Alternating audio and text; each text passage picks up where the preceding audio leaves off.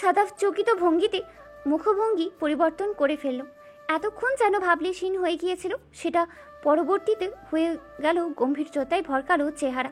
তাকালো তিথির দিকে, তিথিও সঙ্গে সঙ্গে তাকিয়েছে। সাদাফ তৎপর ইশারায় বোঝালো, একে ব্যস্ত রাখার সময়টুকু কাজে লাগিয়ে উদিতাকে খুঁজে বের কর। তিথি আদনানের পিঠ বরাবর কিছুটা পিছিয়ে দাঁড়িয়েছিল। সাদাফের ইশারা পেয়ে মাথা নেড়ে সাথে সাথে কাজে লেগে পড়ল। ভীষণ সাবধানে প্রত্যেকটা কদম ফেলেছে যেন হালকা আওয়াজও না হয়। আদনান জানতো ওরা এরকম একটা প্রশ্ন করতে পারে। ওর কাছে সমস্ত উত্তর সাজানোই ছিল, সেটাকেই গলগলিয়ে ছেড়ে দিল। তুষারই তো আমাকে ফোন করে বলল একটা ঝামেলা হয়েছে, উদ্রিতাকে পাওয়া যাচ্ছে না। সেসব শুনে আমি বসে থাকতে পারি? যতই যাই হোক, ঈশান তো আমারও বন্ধু ছিল। হয়তো তোমাদের মতো বেস্ট ফ্রেন্ড নয়, কিন্তু বন্ধু তো ছিল। তাই তাদের বিপদে আমি ছুটে চলে এসেছি। আগে তোদের অফিসেই গিয়েছিলাম, সেখান থেকে এই গোডাউনের খবর পেয়ে চলে এসেছি। আসার আগে তো পুলিশও ডেকে এনেছিলাম কিডন্যাপারকে ধরার জন্য, কিন্তু এসে তো দেখি সাদাফ খুন করে বসেছে। এখন পুলিশ এলেও তো ওকেই আগে ধরে নিয়ে যাবে। সাদাফ বিরক্ত ভঙ্গিতে কপাল ঘষল, বিড়বিড়িয়ে বলল, ওরে আমার বন্ধুত্ব, বেস্ট ফ্রেন্ড না হলেও বন্ধুত্ব, এজন্য বেশি বন্ধুত্ব পালন করতে গিয়ে খুন করে ফেলেছি। সাদাফের কথা আদনান কিছুই শোনেনি। এক মনে সাজানো গোছানো বক্তব্যটা শেষ করে থামলে উঠেও আরমানও ওর সাথে তাল মিলিয়ে বলল, খুন করেছে তো ধরে নিয়ে যাবে না? খুনি খুন করে খোলা হাওয়ায় ঘুরে বেড়াবে আর আমরা বসে বসে দেখব? খুনির শাস্তি হয়তো ফাঁসি, নয়তো যাবজ্জীবন কারাদণ্ড। কোনটা ভালো হয় বলতো আদনান? আদনান হকচকিয়ে উঠল এহেন কথায়। আমতা আমতা করে বলল, এটা আমাকে জিজ্ঞেস করছিস কেন? আরমান কথা কাটিয়ে নিতে বলল, এমনি জিজ্ঞাসা করলাম আর কি। তিথি সবকিছু উলট পালট করে ফেললো উদিতাকে খুঁজতে। একসময় পেয়েও গেল, সাথে সাথে হাত পা মুখের বাঁধন খুলে মুক্ত করলো ওকে। ব্যস্ত কণ্ঠে জিজ্ঞেস করলো, ঠিক আছিস তুই? উদিতা জোরে জোরে শ্বাস নিয়ে স্বাভাবিক করতে চাইলো নিজেকে। কিছুক্ষণই স্বাভাবিক হয়ে এলো শ্বাস প্রশ্বাস।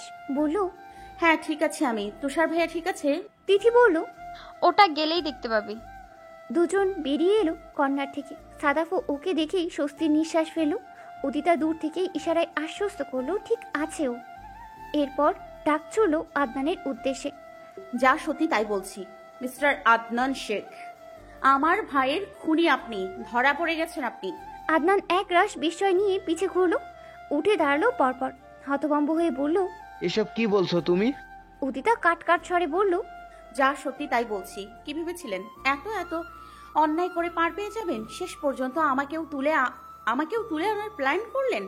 আচ্ছা, আমি যে এত সহজেই ধরা দিলাম এটা নিয়ে সন্দেহ হলো না? চাইলেই তো আমি আপনার পাঠানো লোকটাকে লাঠি মেরে ছুঁড়ে পালিয়ে যেতে পারতাম, কিন্তু সেটা করিনি। স্বেচ্ছায় ধরা দিয়েছি যেন আপনাকে প্রকাশ্যে আনতে পারি। আদনান বিস্ময়ভূত হাঁ করে চেয়ে আছে ওদের দিকে। আরমানও দাঁড়িয়ে গেছে। সাদাফ দাঁড়ানো ঠিক তুষারের পায়ের কাছ সামনে। এমন সময় পিটপিট করে এক চোখ খুলে আদনানকে ভালোভাবে পরখ করে নিল তুষার। এরপর দু চোখ মিলিয়ে তাকালো। একদম সুস্থ স্বাভাবিক মানুষ। হুট করেই সাদাফের পায়ে কষিয়ে লাথি বসালো। সাদাফ নিঃশব্দে কুকিয়ে উঠে তুষারের দিকে তাকালো। ভ্রু নাচিয়ে ইশারায় জিজ্ঞেস করলো, কি হয়েছে? তুষার ওর হাত বাড়িয়ে দিয়ে ইশারায় বোঝালো। উঠা আমাকে। ইশারা টের পেয়ে হাত বাড়িয়ে তুষারের হাত ধরে টেনে উঠালো সাদাফ। সে উঠে শার্ট টেনে টুনে একটু বিরক্ত ভঙ্গিতে বিড়বিড়িয়ে বলল, এসব ফাও বুদ্ধি তোর আর তিথির মাথাতেই আসতে পারে। ছ্যাঃ, সসে মাখামাখি হয়ে পুরো শরীর আঠা আঠা হয়ে গেছে আমার। বাসায় গিয়ে আগে গোসল করতে হবে। সাদাফ একই রকম চাপা কণ্ঠে বলল, আগে একটু এই বেচারাকে সান্ত্বনা দাও। তোমার মৃতদেহ দেখে প্রচুর কেঁদেছে, আর একটু হলে দেশে বন্যা হয়ে যেত। আদনানের হতবুদ্ধি ভাব এখনো কাটেনি। একই রকম বিষয় নিয়ে তাকিয়ে আছে উদিতার দিকে। ওর অবস্থা দেখে উদিতা আরেকটু বিশ্লেষণ করে বলল, পার্সেলের ব্যাপারটা নিয়ে আমার শুরুতেই খটকা লেগেছিল। এরপর যখন নিচে নেমে এলাম, ইসমাম আঙ্কেলকে পাইনি। আমি একাই বাসার বাইরে গেলাম এবং একজনের বদলে দুজনকে দেখলাম। তখন আমার সন্দেহ আরো প্রকোপ হলো। একটা পার্সেল দিতে দুজন মানুষ আসার কথা নয়। এটা দেখে আমি ধরা দেওয়ার মনস্থির করলাম, যেন তোমার পরিচয় সবার সামনে বেরিয়ে আসে। ব্যাস, আমার কাজ এতটুকুই। আদনান হেসে উঠল আচমকা। হু হু শব্দে হেসে বলল, এত ষড়যন্ত্র করে লাভ কি হলো? আমি যা চেয়েছিলাম সেটাই তো হয়েই গেছে। তোমার বর নিজের হাতে নিজের বড় ভাইকে খুন করেছে, এর দায়েও এখন জেলে যাবে। আমার প্ল্যান তো সফল। হা হা হা। আবে ওই জলজান্ত সুস্থ সবল মানুষটা আমি তোর পেছনে দাঁড়িয়ে আছি, আর তুই বলছিস আমি মরে গেছি? একটু আগে তো বড় বন্ধু বন্ধু করে কেঁদে কেটে ভাসাচ্ছি, আর এক্ষুনি আমি মরার খুশিতে ভ্যাটকাচ্ছিস। তুষারের কণ্ঠস্বর পেয়ে দ্বিতীয় দফায় হতভম্ব হয়ে পিছনে ঘুরলো আদনান। হতবিম্বল হয়ে বলল, তুই বেঁচে আছিস কিভাবে? সারাপ তো তোকে ছুরি দিয়ে আর রক্ত। তুষার হাতের আঙ্গুলে একটুখানি লাল টুকটুকে রক্ত নিয়ে বলল, এটা রক্ত না, সস, টমেটো সস। আদনান তবদা খেয়ে শুধালো। সস?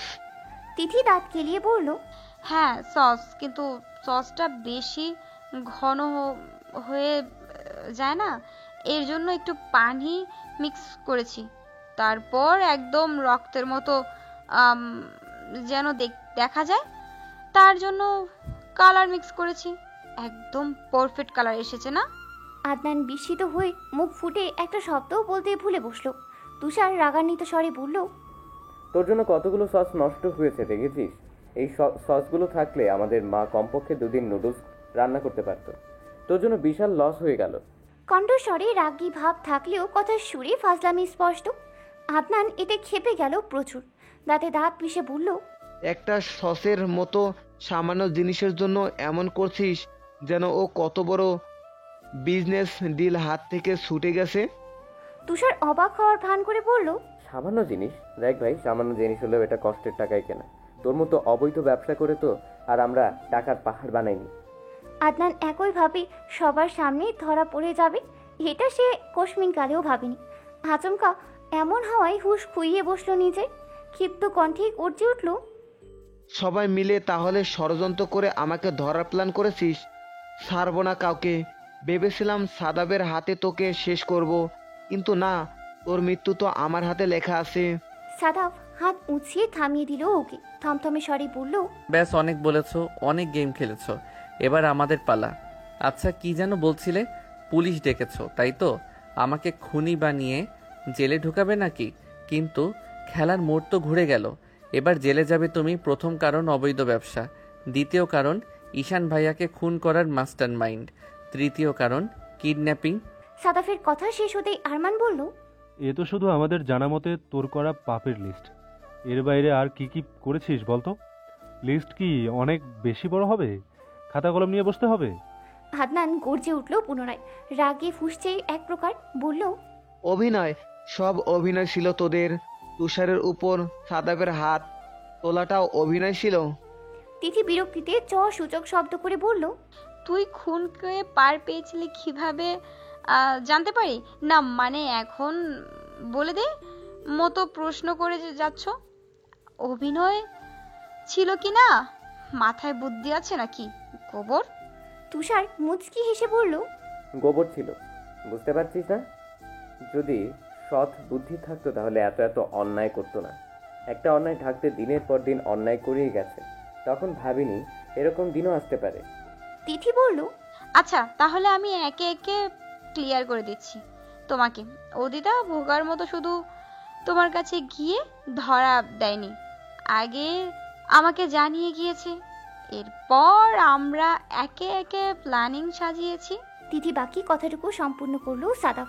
তোমার সেই সাজানো ইমেইল, প্রথমে হয়তো স্বল্প সময়ের জন্য ভাইয়াকে সন্দেহ করেছিলাম, কিন্তু সেটা বেশিক্ষণ টেকেনি। ভাইয়ার থেকে জানতে পারলাম তৌসিফের কেবিনে ঢোকার অনুমতি আছে। এরপর বুঝে গেলাম কোনোভাবে পাসওয়ার্ডটাও জেনে নিয়েছে এবং ইমেইলগুলো ওই পাঠাচ্ছিল ভাইয়ার নাম করে। আন্দাজ করে ফেললাম তোমার প্ল্যানিং, তাই আজ অফিসে গিয়ে আমার আর ভাইয়ার মধ্যে মারামারির নাটক সাজালাম, যেন তোমার কানে পৌঁছে যায় তোমার সফলতার গল্প। বাকিটুকু তোমার চোখের সামনেই। আদনান হুঙ্কার ছুড়ল, কিন্তু তোমাদের প্ল্যানিং এর খবর তৌসিফ আর এরিন জানলো না কেন? আমার সঙ্গী হয়ে আমার পিঠে ছুরি মারলো। সাদাফ দুই পাশে ঘাড় ঘুরিয়ে বলল, হুম, ওদেরকে বেঁধে রেখেছি তাই তোমাকে কিছু জানাতে পারিনি। এখন নিজের কাহিনী বলো, ঈশান ভাইয়াকে মারলে কেন? আদনান প্রথমে মুখ খুলতে চায়নি, কিন্তু সব কিছু পর 2-4টে থাপড় খেয়ে হুঁশ পেল। রাগে ক্ষোভ ভুলে আতঙ্ক ভর করলো মনে। হড়বড়িয়ে বলল, রাজনীতির আড়ালে অবৈধ ব্যবসা ছিল আমার, লোকচক্ষুর আড়ালে ড্রাগসের ব্যবসা করে প্রচুর টাকা ইনকাম করেছি আমি। কেউ জানতো না সেটার কথা, কিন্তু ঈশান ও আমার অবৈধ ব্যবসার কথা জেনে গিয়েছিল, আমাকে হুমকি দিয়েছিল এ কথা ফাঁস করে দিবে। কোনোভাবেই মানতে পারছিলাম না ওকে। শেষ প্ল্যান করলাম উদ্রিতাকে তুলে নিয়েই ওকে হুমকি দেব, কারণ ঈশানের বোন ছিল ওর সবচেয়ে বড় দুর্বলতা। কিন্তু ঈশান সেটা হতে দিল না, বোনকে বাঁচাতে গিয়ে নিজের জীবন ত্যাগ করলো। কেসটা ওখানেই শেষ হয়ে যেত, এবং হয়েও ছিল। মাছ দিয়ে সাদাবকে কেসটা নিয়ে পুনরায় ঘাটাঘাটি শুরু করলো। একে একে আমার সমস্ত তথ্য বের হয়ে যাচ্ছিল। এজন্য আমি চেয়েছিলাম কেসটা ঘুরিয়ে সম্পূর্ণ দায়টা তুষারের ঘাড়ে চাপিয়ে দেব, কিন্তু সফলতার শেষ মুহূর্তে তোমরা সব বদলে দিলে।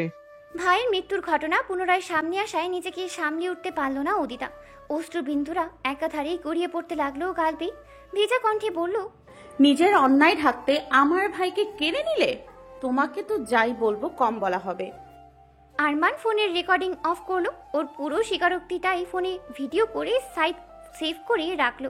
পরবর্তীতে পোল্টি খেলে কাজে লাগবে। কাজ শেষ করে বলল, পুলিশ ডেকেছিলি না? ওরা এসে এখন তোকেই নিয়ে যাবে। কারা জীবনের জন্য বেস্ট অফ লাক। তোর অবৈধ ব্যবসায় এখন লাল বাতি জ্বলবে। বেশি খেতে গিয়ে এখন সব হারাবি। হুট করে মাথা তুলে চাইল আদনান। দৃষ্টিতে তার সীমাহীন হিংস্রতা, ঠোঁটের কোণে ক্রূর হাসি। সেটাকে লক্ষ্য করলো না তুষার। নিজের মতো করে বলল, তোদের মনে হলো সাদাফ আমাকে মারতে মারতে ধরাশায়ী করে ফেলেছে, শেষ পর্যন্ত খুনও করবে? আমার ছোট ভাইকে এমন শিক্ষা দিত বড় করিনি যে নিজের বড় ভাইয়ের গায়ে হাত তুলবে। সবটা অভিনয় ছিল। কয়েক কদম পিছিয়ে গেল আদনান। রহস্যময় হেসে বলল, আর তোমাদের মনে হলো আমি এত সহজে হার মেনে নিব? ধরা যেহেতু পড়েছি, আমার ধ্বংস নিশ্চিত, কিন্তু তার আগে তোদের শেষ করে যাব। হা হা হা। আদনানের এরূপ কথাবার্তায় ভরকে গেল উপস্থিত সবাই। ওদের বিষয়ে নতুন যাত্রায় যোগ করতে পেছন থেকে বন্দুক বের করে সামনে আনলো আদনান। পরপর সোজাসুজি তাক করলো, সেটা তুষারের দিকে। নিশানায় কোনো কম্পনের লক্ষণ নেই, যেন এসব সে ভীষণ অভ্যস্ত। সাদাফ হতভম্বতায় এক প্রকার চেঁচিয়ে বলল, এ তো গান নিয়ে এসেছে ভাইয়া। আরমান দাঁত কিরমির করে বলল, শালা অবৈধ ব্যবসায় ঢুকে নীতি নৈতিকতা সব ভুলে বসেছে। দেখো গিয়ে, এই গানটাও অবৈধভাবে সংগ্রহ করে রেখেছে। যে মানুষ খুন করতে পারে তার কাছে কোনো কিছুই অসম্ভব না। আদনান ক্রূর হেসে বলল, হ্যাঁ, আমি সব কিছুই করতে পারি। এই মুহূর্তে আরো কয়েকটা খুন করতেও হাত কাঁপবে না আমার। তুষার আরমানকে নিজের পাশ থেকে সরিয়ে দিল। সাদাফ কিছুটা দূরে দাঁড়িয়ে আছে এবং হুমকির মুখে পড়ে আগাতেও পারছে না। আদনানের বিশেষ মনোযোগ শুধু দুই ভাইয়ের উপর। তিথির উপর খুব একটা মনোযোগ নেই। সেই সুযোগটাকে কাজে লাগাতে চাইলেও তিথি খুব ধীরে ধীরে পা টিপে টিপে নিজের অবস্থানের পরিবর্তন ঘটাতে লাগলো। আদনানের একটু কাছাকাছি অবস্থান নিতেই সাদাফ তুষারের দিকে কদম বাড়ালো। তিথির সাথে সাথে আদনানের হাত চেপে ধরে অন্যদিকে সরানোর চেষ্টা করলো। সেই মুহূর্তে কোনো প্রকার সতর্কতা বিহীন ছাড়াই গুলি ছুড়ল আদনান। গুলির শব্দ শুনেই ভয় পেয়ে তুষারকে ধাক্কা দিয়ে দূরে সরিয়ে দিল সাদাফ। ভাইকে তো সময় মতো বাঁচিয়ে ফেলল ঠিকই, কিন্তু নিজেকে বাঁচাতে পারল না। গুলিটা স্পর্শ করলো সাদাফের শরীর।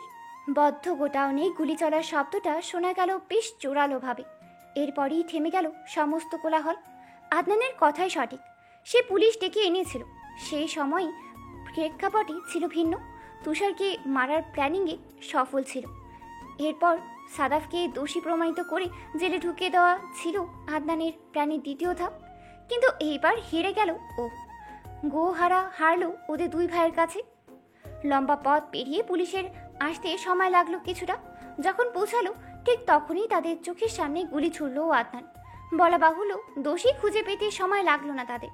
এসে সোজা ওকেই জিম্মি ধরলো। আরমান তাদেরকে বলল, একে নিয়ে যান, আর যাওয়ার পথে আমাদের অফিস থেকে আরও 2টো ক্রিমিনাল নিয়ে যাবেন, আর ওর স্বীকারোক্তিটা আমরা পরে এসে দিয়ে যাব। পুলিশের প্রধান হিসেবে যিনি এসেছেন তিনি ওদের পূর্ব পরিচিত। অল্প কথায় পুরো ঘটনা বুঝে নিলেন তিনি। এরকম একটা মুহূর্তে সকল ঘটনা বিস্তরে বর্ণনা করা সম্ভব হলো না। তবে ইন্সপেক্টর উদ্বেগ প্রকাশ করে বললেন, কিন্তু ওনার তো গুলি লেগেছে, অ্যাম্বুলেন্স ডাকতে হবে নাকি? আরমান বাধা দিয়ে বলল, প্রয়োজন নেই, গুলি হাত ছুঁয়ে পেরিয়ে গেছে। আমরা গাড়িতে করেই ওকে হসপিটালে নিতে পারবো। আপনারা এই ক্রিমিনালটাকে নিয়ে যান। ইন্সপেক্টর আর কথা বাড়ালেন না, আদনানকে বন্দি করে নিয়ে চলে গিয়েছেন। ওদের সাথে গোডাউনের বাইরে পর্যন্ত গেল আরমান। আরমান যতটুকু সময় ইন্সপেক্টরের সাথে ব্যস্ত ছিল ততক্ষণেই ঘটে গেল কত কিছু। গুলি চলেছে ঠিকই, কিন্তু খুব বেশি ক্ষতি করতে পারেনি। তিথির সঠিক সময়ে সঠিক পদক্ষেপ, আদনানের নিশানা নড়বড়ে ঘুরে গেল। গুলিটা শুধুমাত্র সাদাফের হাত ছুঁয়ে বেরিয়ে গেল। এতেই রক্তের শেষ নেই। আচমকা আঘাতে মাটিতে পড়ে গেছে ও। তুষার সাথে সাথে এসে ধরলো ওকে, ঘাবড়ানো স্বরে শুধালো। ঠিক আছিস তুই? সাদাফ ওকে আশ্বস্ত করে বলল, আমি ঠিক আছি ভাইয়া। উদিতা রক্ত দেখেই খুব বেশি ঘাবড়ে গেল। হিতাহিত জ্ঞান শূন্য হয়ে বেমালুম খেয়াল করতেও ভুলে গেল গুলিটা কোথায় গিয়ে লেগেছে। জোরে সোরে চিৎকার ছুড়ে এক ছুটে এসে পড়লো সাদাফের কাছে। পরপর ও মাথাটা টেনে নিয়ে নিল নিজের কোলে। গুলি লাগার কারণে হাতে প্রচন্ড ব্যথা হচ্ছে সাদাফের। উদিতার কোলটা পেয়ে সাথে সাথে নাক মুখ খিচে চোখ বন্ধ করে ফেললো ব্যথা সহ্য করতে। ওকে চোখ বন্ধ করতে দেখে আরো ঘাবড়ে গেল উদিতা, চেঁচিয়ে উঠলো সাথে সাথে। সাদাফ, চোখ খুলুন, দেখুন আমি আপনাকে নাম ধরে ডেকেছি। আপনি বলতেন না আমি কেন আমাদের বিয়ের এতদিনেও আপনার নাম ধরে রাখি না? দেখুন আজ ডেকেছি, চোখ খুলে দেখবেন না? তিথি উদিতার পাশে বসে ঠিকই ওকে সামলানোর চেষ্টা করছে, কিন্তু মেয়ে কোনো কিছু শোনার বা বোঝার অবস্থাতেই নেই। মাত্রাতিরিক্ত ভয় পেয়ে কাঁদতে শুরু করেছে। আরমান বাইরে থেকে ভিতরে ঢুকে উদিতার আর্তনাদযুক্ত কথাগুলো শুনে বেশ ঘাবড়ে গেল। তৎক্ষণাৎ এসে বসলো তুষারের পাশে। তুষার আরমানকে কি বোঝাবে, ও নিজেই কিছু বুঝে উঠতে পারছে না। হতভম্ব হয়ে একবার সাদাফকে দেখছে, একবার উদিতাকে। উদিতার কান্নাকাটির কারণ যথার্থ, তবে সাদাফের মতিগতি ঠিক ঠাওর করতে পারছে না। সে সময় আরমান চাপা স্বরে জিজ্ঞেস করলো, এই মেয়ে এত কাঁদছো কেন? তুষার উদিতার দিকে তাকিয়ে জবাব দিল, এই ছেলে মরার ভান ধরে পড়ে আছে তাই। আরমান আশ্চর্যান্বিত হয়ে বলল, ভাই, হাতে গুলি লাগলে মানুষ মরে? এছাড়া সাদাফের তো জাস্ট হাত ছুঁয়ে বেরিয়ে গেছে। তুষার সিরিয়াস প্রশ্নেও ফাজলামো করতে ছাড়লো না, বলে বসলো, আমি তো এতদিন জানতাম মানুষের হৃৎপিণ্ড বুকে থাকে, সাদাফের যে হাতের মধ্যে থাকবে এটা কি করে বুঝবো? আরমান সূচক শব্দ করে তুষারের পিঠে কিল বসালো। পরপরই ছট করে উঠে বসলো সাদাফ। মুচকি হেসে বলল, রিল্যাক্স ম্যাডাম, কিছু হয়নি আমার। এত ভয় পাওয়ার কিছু নেই। আল্লাহর না চাওয়া অবধি আপনাকে ছেড়ে কোথাও যাচ্ছি না আমি। ওকে স্বাভাবিকভাবে উঠে বসতে দেখে স্বস্তির নিঃশ্বাস ফেললো তিনজন। কিন্তু উদিতা নিজেকে এখনো সামনে উঠতে পারেনি, কেঁদেই যাচ্ছে। কাঁদতে কাঁদতেই বলল, আপনি ইচ্ছে করে এতক্ষণ চোখ বুঝে পড়ে থাকার অভিনয় করেছেন? আপনি একটা ফাজিল লোক। সাদাফ উত্তরে বলল, অভিনয় থেকে যদি ভালো কিছু হয় তাহলে অভিনয়ই ভালো। যাক, অ্যাটলিস্ট এই ছুতোই হলেও আমার বউ আমাকে নাম ধরে তো ডেকেছে। উদিতা কিছু বলল না। কাঁদতে কাঁদতে এলোপাথারি কয়েকটা ঘুষি বসালো সাদাফের বুকে। সাদাফ বাধাহীন গ্রহণ করে নিল সবটা। তুষার কাল ফুলিয়ে প্রলম্বিত শ্বাস ফেলল, উঠে দাঁড়ালো। পরপর টেনে উঠালো আরমানকেও। কিছুক্ষণ অগণিত ঘুষি মারতে মারতে ক্লান্ত হয়ে গেল উদিতা। সাদাফ এটারই অপেক্ষাতে ছিল। উদিতা শান্ত হতেই জোর করে টেনে নিল ওকে বুকে। খুব শক্ত করে উদিতার মাথাটা বুকের সাথে জড়িয়ে ধরল। রক্তের বন্যা বইছে, সেদিকে কোনো খেয়াল নেই। উদিতাকে সুস্থ স্বাভাবিক ফিরে পেয়েছে, এটাই যেন দুনিয়ার সমস্ত প্রশান্তি। শান্ত কণ্ঠে বলল, আপনাকে কে বলেছিল স্বেচ্ছায় গিয়ে ধরা দিতে যদি কিছু হয়ে যেত? আপনাকে বলেছিলাম না এত বিপদ মাথায় না নিতে? জানেন কত টেনশনে ছিলাম আমি। প্রত্যেকটা মুহূর্তেই মনে হচ্ছিল এই বুঝি প্রাণ পাখিটা খাঁচা থেকে বেরিয়ে যাবে। তুষার আপ্রাণ চেষ্টা করলো এই মুহূর্তে কিছু না বলার, কিন্তু একে অপরকে ছোট ছোট ব্যাপারে খোঁচা মারার স্বভাবটা ওকে চুপ থাকতে দিল না। অভ্যাসবশত বেরিয়ে এলো, আচ্ছা আমি জানতাম মানুষের প্রাণ পাখি হৃৎপিণ্ডে থাকে। তোরটা কি হাতে ছিল সাদাফ? না মানে হাতে গুলি লাগার পর যেভাবে মরার ভান ধরলি, মেয়েটা কত টেনশনে পড়ে গিয়েছিল সে খেয়াল আছে? তিথি ফিক করে হেসে ফেলল। এতক্ষণ অতি দুশ্চিন্তায় হুঁশ জ্ঞান খুইয়ে বসেছিল উদিতা। এখন তুষারের কণ্ঠস্বরে সংবিত ফিরে এলো। সাথে সাথে ছটফট করে উঠল সাদাফের হাত থেকে ছাড়া পাওয়ার জন্য। সেও উদিতাকে বেশি অস্বস্তিতে ফেলল না, ছেড়ে দিল দ্রুত। এরপর নিজেও বসা থেকে উঠে দাঁড়ালো। সিরিয়াস ভঙ্গিতে বলল, ব্যথা বেশি করছিল তাই চোখ বুজেছিলাম। ও যে এত ভয় পেয়ে যাবে সেটা কি জানতাম? আরমান বলল, হয়েছে, বাকি ঝগড়াঝাটি মারামারি রোমান্স সব বাসায় গেলে করো। এখন চলো হসপিটাল, আগে তোমার হাতে ড্রেসিং করতে হবে, এখনো রক্ত পড়ছে। সাদাফ হাত ছাড়া মেরে বলল, হ্যাঁ সেটা তো যেতেই হবে। শালা যাওয়ার আগে আমার হাতটার 12টা বাজিয়ে গেছে। এরপর একে একে সবাই বের হলো গোডাউন থেকে। যুদ্ধ জয়ের পরিতৃপ্তি সকলের মধ্যে। যে মানুষ খুন করে উধাও হয়ে গিয়েছিল তাকে অবশেষে খুঁজে পেতে সক্ষম হয়েছে তারা। শুধু তাই নয়, আদনানের সমস্ত কুকীর্তির হুদিসও বের করেছে। সমাপ্তি হলো সমস্ত সমস্যার। বাইরে বেরিয়ে কোনো মতেই তুষারের অফিসের নিচে আসলেও সবাই। আরমান সবার আগে আগে ছুটে চলে এসেছে। এসে সেখানকার পার্কিং এরিয়া থেকে গাড়ি বের করলো। তুষারকে উদ্দেশ্য করে বলল, আজ আমি ড্রাইভিং করব। দুজন তো আজ উড়াধুরা মারামারি করে ক্লান্ত হয়ে আছিস। তুষার সম্মতি দিল ওর কথায়। বসতে যাবে তখন উপর থেকে ছুটতে ছুটতে এসে পড়লো আশফাক। হাঁপাতে হাঁপাতে বলল, স্যার, পুলিশ এসে তোষেবকে ধরে নিয়ে গেছে। আদনানকে জেরা করা হয়েছে। কি আদনানকে জেরা করে আরো কিছু ক্রিমিনালের হদিশ পেয়েছে তারা। একে একে সবাইকে ধরবে। এখন মনে হচ্ছে আপনার অফিসে যাবে ইরিনকে। হঠাৎ করেই সাদাফের রক্তাক্ত হাতে চোখ পড়তেই কথা থামলো আশফাক। এক প্রকার আঁতকে উঠে বলল, এ কি স্যার, আপনার হাতে কি হলো? সাদাফ সুধীর কণ্ঠে বলল, তেমন কিছু না, শুধু একটু গুলি লেগেছে। তুমি এক কাজ করো, অফিসে গিয়ে ওদিকটা সামলে নাও, আমরা হসপিটালে যাচ্ছি। আর হ্যাঁ, সাইফাকে বলে দিয়ে উদিতাকে খুঁজে পেয়ে গেছি আমরা, না হলে মেয়েটা টেনশনে থাকবে। দুপুর গড়িয়ে সময় 2টা। তপ্ত সূর্য ঠিক মাথার উপর কিরণ ছড়িয়ে উজ্জ্বল করে ঠিক রেখেছে চারপাশ। এই মুহূর্তে হাসপাতালে পূর্ব পরিচিত ডাক্তারের কেবিনে রয়েছে তারা সবাই। সাদাফের হাতে ব্যান্ডেজ করে দিয়েছেন ডক্টর। ওর পাশে বসে এক হাত মুঠোয় নিয়ে শক্ত করে ধরে রেখেছে উদিতা, যেন এক মুহূর্তের জন্য ছাড়লেও হারিয়ে যাবে কোথাও। এতক্ষণেও কারোর কোনো খোঁজ না পেয়ে বাড়ির লোক অস্থির হয়ে পড়েছে। শেষে শান্তি মিলল তুষারের ফোন পেয়ে। বাকিদের ভিতরে রেখে তুষার বের হলো কেবিন থেকে। এরপর ফোন করলো তার মায়ের নাম্বারে। মরিয়ম ওর ফোন রিসিভ করেই ব্যস্ত কণ্ঠে শুধালেন, কিরে, কই তোরা সব? কতটা সময় পেরিয়ে গেছে, কারো কোনো খবর নেই। টেনশন হয় না আমাদের? কয়বার ফোনও করেছিলাম, ধরলি না। তুষার দীর্ঘশ্বাস ফেলে বলল, শান্ত হও মা, টেনশন করার মতো কিছু হয়নি, আমরা সবাই ঠিকঠাক আছি, শুধু সাদাফ বাদে। এক কথায় ঘাবড়েই গেলেন ভদ্রমহিলা। শুকনো ঢোক গিলে জিজ্ঞেস করলেন, সাদাপের কি হয়েছে? তুষার বলল, তেমন কিছু না মা, হাতে অল্প একটু চোট পেয়েছে, ওকে নিয়ে আমরা হসপিটালে এসেছি। ব্যান্ডেজ হয়ে গেলে আমরা সবাই বাসায় ফিরবো। মায়ের মন এতটুকু শুনে উত্তাল হয়ে উঠল। অস্থির চিত্তে জিজ্ঞেস করলেন, সিরিয়াসলি কিছু ঠিক আছে তো? চোট লাগলো কি করে? বেশি লাগেনি তো? তুষার ওর মাকে আশ্বস্ত করে বলল, মা, সিরিয়াস কিছু হলে একদিনে বাসায় ফিরতে পারতাম আমরা? অবশ্যই না, তাই টেনশন না করে যা বলছি মন দিয়ে শোনো। তোমরা বউ বরণের ব্যবস্থা করো, তোমার ছোট ছেলের বউ নিয়ে ফিরছি আমরা। হতবিম্বলতায় এখনই ফোনটা মরিয়মের হাত থেকে ছুটে পড়ে যাচ্ছিল। তবে তিনি সামনে নিলেন দ্রুতই। বিস্ময়ে চোয়াল ঝুলে পড়ল তার। জোর গলায় প্রশ্ন করলেন, বউ বরণ? সাদাপের বউ মানে কি? ও বিয়ে করেছে কাকে, কখন, কিভাবে? তুষার বলল, এত প্রশ্নের উত্তর তো আমরা বাসায় এসেও দিতে পারবো নাকি?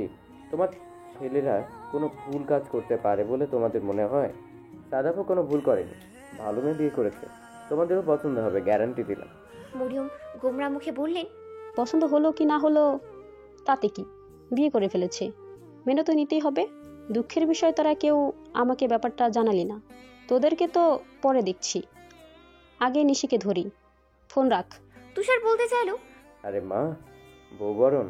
মরিয়ম ওকে থামিয়ে দিয়ে বললেন, সেটার ব্যবস্থা হচ্ছে, ফোন রাখ, বাকি বোঝাপড়া আসলে হবে। বলেই ফোন কেটে দিলেন তিনি। তুষার হতাশ শ্বাস ফেলে ফোনটা পকেটে ভরলো। এরপর ঢুকলো কেবিনে। সেখানে উপস্থিত হয়ে ডাক চড়ল, উদিতা শোন, আজকে তুইও আমাদের সাথেই বাসায় যাবি, তবে মেহমান হয়ে নয়, সাদাফের বউ হয়ে। তুষারের কথা শুনেই ঘাবড়ে উঠল উদিতা। ভেবে পেল না পুরো পরিবারের মুখোমুখি কিভাবে হবে ও। ওর সেই দুশ্চিন্তার বলি দিল সাদাফের হাত। ওর হাতের মুঠোয় থাকার কারণে আতঙ্কিত হয়ে উদিতা প্রথমে খামচে ধরল সাদাফের হাত। খানিক বাদে আমতা আমতা করে বলল, আমাকে আজকে যেতে হবে ভাইয়া, আমার অনেক ভয় করছে, কি না কি বলবে আন্টি। আরমান ওকে সান্ত্বনা দিয়ে বলল, আরে উদিতা, ভয় পাওয়ার কি আছে, আমরা আছি না। আন্টি কিছু বললে আমরা সামলে নেব। আর বড় কথা, বিয়ে করার সময় ভয় পাওনি, এখন কিসের ভয়? উদিতা বেখেয়াল বশত বলে ফেলল, বিয়ে তো উনি জোর করে আশঙ্কা করে ফেলেছে, ভয় পাওয়ার মতো সুযোগ দিল কই? আরমান হতভম্ব। সাদা ভ্রু কুঞ্চিত করে তাকালো উদিতার দিকে। মেয়েটা নিজের বলা কথাতেই নিজেই হতভম্ব হয়ে গেছে। ওর অস্থিরতার মাত্রা দ্বিগুণ বেড়ে গেল যখন ডক্টর খুব খুব শব্দে কেসে উঠল মনের ভাবনা এটাই। তুষারের তিথি মুখ দেখাদেখি করলো একে অপরের। সাদাফ সবার প্রতিক্রিয়ায় বুঝতে পেরেছে। এরপর উদিতাকে বলল, জোর করে বিয়ে করেছি, আপনার অনুমতি ছিল না? উদিতা ঘাড় উঁচিয়ে মিনমিন করে বলল, অনুমতি ছিল, তবে ওই দিন বিয়ের প্ল্যানিং তো ছিল না, তাই না? তুষার বুঝতে পারলো এমনই আবার ঝগড়া লেগে যাওয়ার সম্ভাবনা বিপুল, তাই ওদের থামিয়ে নিজেই বলল, ওদিন প্ল্যানিং ছিল না, অনুমতি ছিল। আজ প্ল্যানিং আছে, অনুমতি দিয়ে দে। বাসায় যা হবে সেটা সামলে নেওয়ার জন্য আমরা আছি।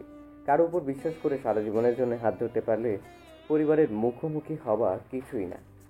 সাদাফ ওর সাথে তাল মিলিয়ে বলল, এমনিতেও বিয়েটা লুকানো ছিল আদনান শেখের জন্য। ও জানলে ক্ষতি করত উদিতার। আজ তো ও ধরা পড়ে গেছে, তাহলে ভয় কিসের?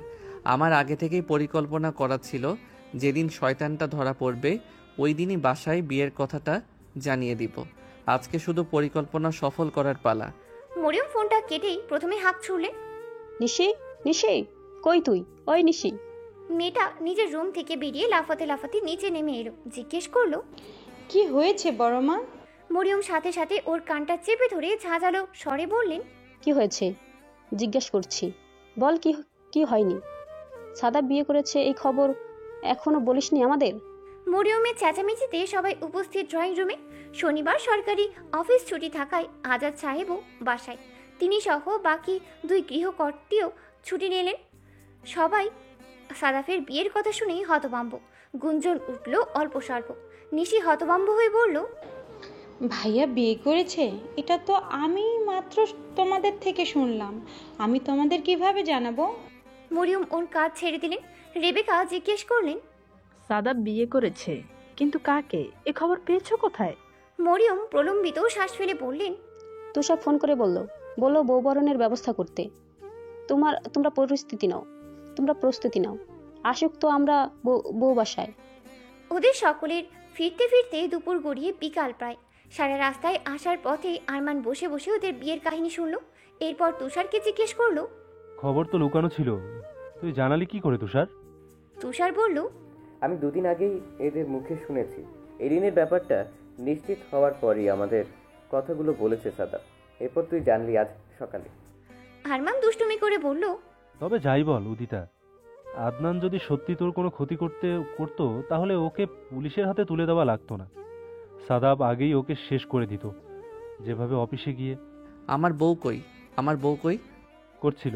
আমি তো নিজেই ভয় পেয়ে গিয়েছিলাম। উদিতা লজ্জিত হেসে মাথা নোয়ালো। তুষার সূচক শব্দ করে বলল, থামবি তুই? কথায় কথায় ওদের গাড়ি এসে থামলো বাড়ির সামনে। কাছাকাছি আসতেই দুশ্চিন্তায় উদিতার হাতের তালু ঘামতে শুরু করলো। 2 হাতের তালু একসাথে করে ঘষে চলেছে নিরন্তর। হুঁশে ফিরল সাদাফের ডাকে, ম্যাডাম এসে পড়েছি আমরা, নেমে আসুন। বলতে বলতেই হাত বাড়িয়ে দিল সাদাফ। কম্পনরত হাতটা এগিয়ে দিয়ে সাদাফের শক্ত হাতের দখলে সঁপে দিল। বেরিয়ে এলো গাড়ি থেকে। এরপর গাড়ি পার্ক করে সকলে একসাথে গিয়ে হাজির হলো দরজার সামনে। উৎফুল্ল তিথি সবার আগেই চাপলো কলিং বেল। সবাই যেন এর অপেক্ষাতেই ছিল এতক্ষণ ধরে। কলিং বেল বাজতেই সোফা থেকে হুড়মুড় করে নেমে দরজার কাছেই ছুট লাগালো নিশি।